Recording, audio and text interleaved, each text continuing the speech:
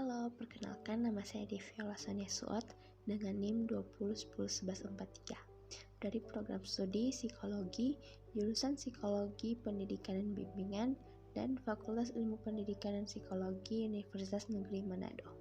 Pada saat ini saya akan membahas sedikit tentang dissociative identity disorder.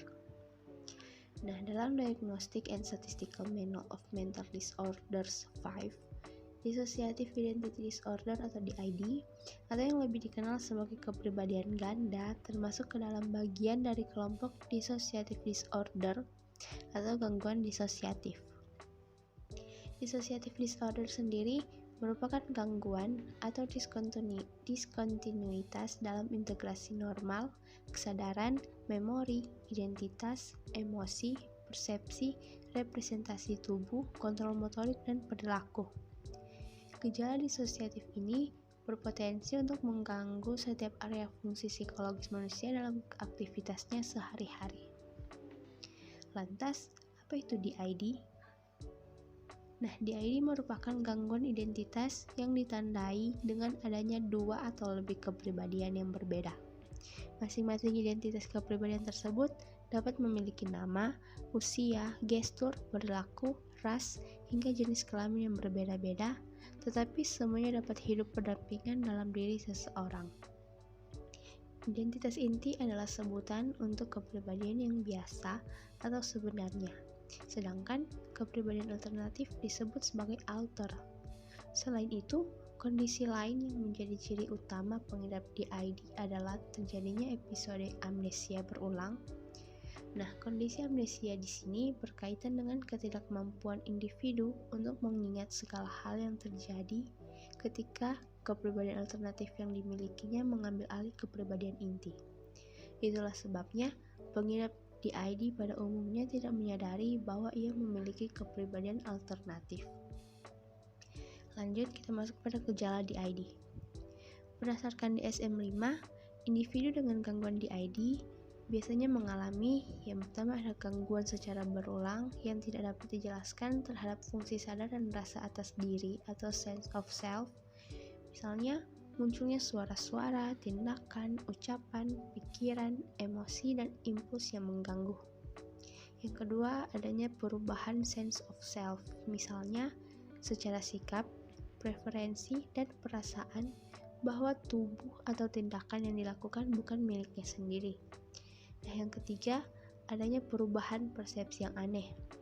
Misalnya, depersonalisasi atau merasa bahwa jiwanya terlepas dan seolah melihat diri sendiri dari luar tubuhnya, dan ada derealisasi atau merasa bahwa lingkungan sekitarnya aneh, asing, dan tidak nyata. Yang keempat, ada amnesia berulang atau tidak mampu mengingat aktivitas sehari-hari, informasi pribadi yang penting, atau peristiwa traumatis. Dan yang terakhir, ada gejala neurologis fungsional yang berselang. Nah, seiring berjalannya waktu juga, pengidap DID mungkin akan mengalami masalah kejiwaan lain seperti kecemasan atau anxiety, depresi, penyalahgunaan narkotika, gejala psikis atau delusi, gangguan makan dan tidur, dan tendensi untuk bunuh diri dan upaya menyakiti diri sendiri atau self-harm. Nah, kita masuk pada penyebab DID. Penyebab utama DID adalah peristiwa traumatis di masa kanak-kanak seperti kekerasan, pelecehan, kecelakaan, bencana alam, peperangan, kematian, riwayat penyakit, dan kejadian luar biasa lainnya. Sebuah penelitian yang dilakukan terhadap pengidap DID di Amerika Serikat, Kanada, dan Eropa menyatakan bahwa 90% dari mereka telah mengalami kekerasan seksual dan penelantaran ketika masih kanak-kanak. Selanjutnya ada penanganan DID. Beberapa gejala DID, terutama yang berkaitan dengan depresi dan kecemasan, dapat ditangani dengan bantuan obat antidepresan atau anti kecemasan. Meskipun begitu, psikoterapi dinilai sebagai metode penanganan yang lebih efektif. Psikoterapi dapat dilakukan secara individu, kelompok, atau terapi keluarga dengan berfokus pada beberapa hal berikut. Yang pertama, ada identifikasi dan pelepasan trauma. yang tertahan di dalam tubuh. Yang kedua ada relationship support. Yang ketiga ada manajemen faktor pemicu munculnya gejala.